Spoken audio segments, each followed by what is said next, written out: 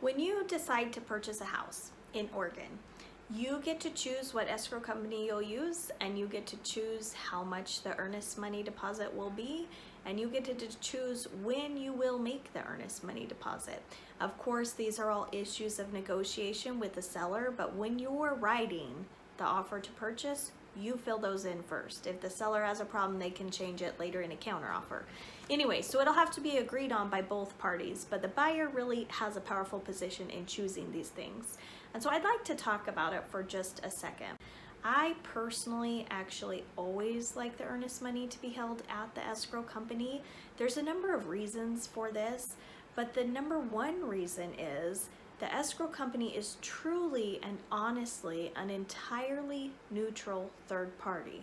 So once the earnest money is there, it's not going anywhere until both the buyer and the seller agree in writing where it needs to be. Only once all parties agree in writing where the earnest money needs to go will the escrow company ever release the earnest money. So I like having it here in escrow. There are a lot of offices, and ours is one of them, that has their own client trust account. If you don't feel like you want the earnest money held in escrow, you could have the earnest money held in a client trust account. And it's very similar. The client trust account is different than other accounts. It's not like I can go get money out and use it, or anybody else can use that money for anything else or any other deal. The client trust account is very strictly regulated by the state. It's a separate account that doesn't touch any of our other money, and we have to carefully account for all of the money that goes in, exactly what deal it's part of, and then when it goes out, it's the same money, and it goes to the same people for the same deal. It either goes to escrow upon closing, or if a deal fell apart, it would go to the buyer if necessary, or the seller if appropriate. And so anyway, earnest money. There are a lot of ways in the contract that the buyer could be due the earnest money back if a sale falls apart. Let's just say they wrote in a 10 business day time frame to inspect, and they did a home inspection and found that the roof was about to cave in, and so they didn't want to buy a house with a roof that was about to cave in.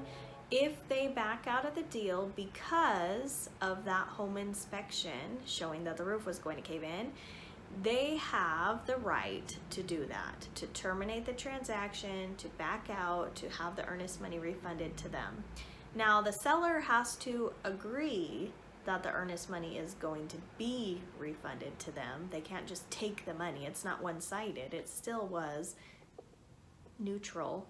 That money was held in a neutral account, so both parties need to agree where it goes. But in that situation, the money should be refunded to the buyers.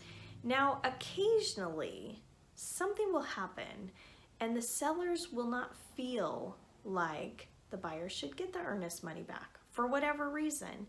Let's just say if everything was going smoothly, and then 2 days before closing, the buyers just found a better house or decided not to move, or for whatever reason, 2 days before closing, the buyers decided, nah, we don't really want to close this sale, and they backed out, the earnest money would go to the sellers basically to pay them for their time that they were not on the market actively marketing the house to find a different buyer.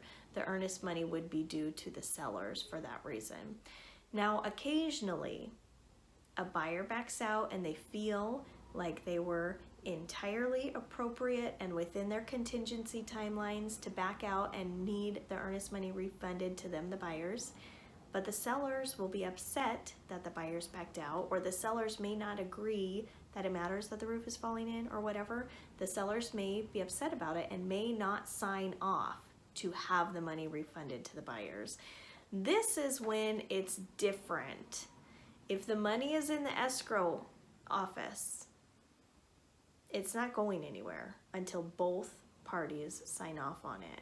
Whereas if the money was held in a client trust account at a real estate office, there are certain conditions that would allow the managing principal broker to disperse the funds. So if the managing principal broker could see 100% the buyers were within their contingency timelines. They did all the proper paperwork and notification. They have done everything needed, and by contract, the money is absolutely due to the buyers.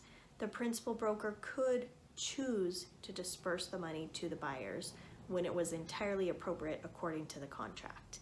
At escrow, even if it's entirely appropriate according to the contract, the escrow will not disperse the funds until both parties sign off that they are to be dispersed.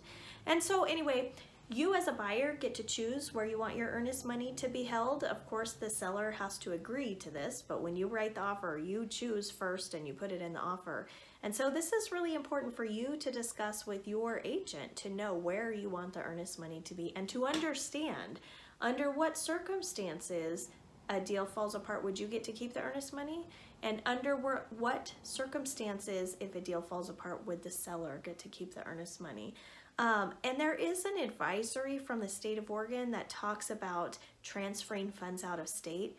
Basically, if you send your money to an out-of-state escrow or an out-of-state lawyer or some other party out of state to hold the earnest money, it can be very, very, very difficult to get it back. So we don't see this frequently at all, almost never. I see it occasionally with bank-owned properties, foreclosures, REOs. I see it occasionally with those type of things. We almost never see this because to protect your own earnest money, you want it to where you can get it back if you're due it back. So one other thing about this I would talk about really quick is timelines. If you are worried about putting earnest money down and then having problems come up with the inspection and then having sellers not agree to refund the earnest money after the inspection, if you're worried about that, you can always write into the contract that the earnest money will be due after the buyers have done the home inspection and are satisfied with the home inspection. You get to write the contract. You can write it in the way that seems safe, appropriate, and prudent to you. Your agent will guide you through this. And again, of course, no contract is one-sided. The sellers are going to have to agree to whatever they sign on. So there may be some negotiation, but if you're worried about the earnest money, talk it through with your agent and make sure that you feel entirely comfortable and confident with where the earnest money will be held and what the timeframes are for you to deposit it, and understand the conditions under which you could get it refunded back to you, or understand the conditions in which you would lose that earnest money. These are all really important things. Hopefully you have a great agent to guide you through this process. If you're in Southern Oregon and you're looking for an agent, I'd be happy to help. I'm Anastasia Hendrick with Century 21 JC Jones American Dream. The office number is 541-476-6502. But of course, if you want to work with me, just give me a call on my cell phone. It is 541-226-6448, and I'll be happy to help you. Best of luck.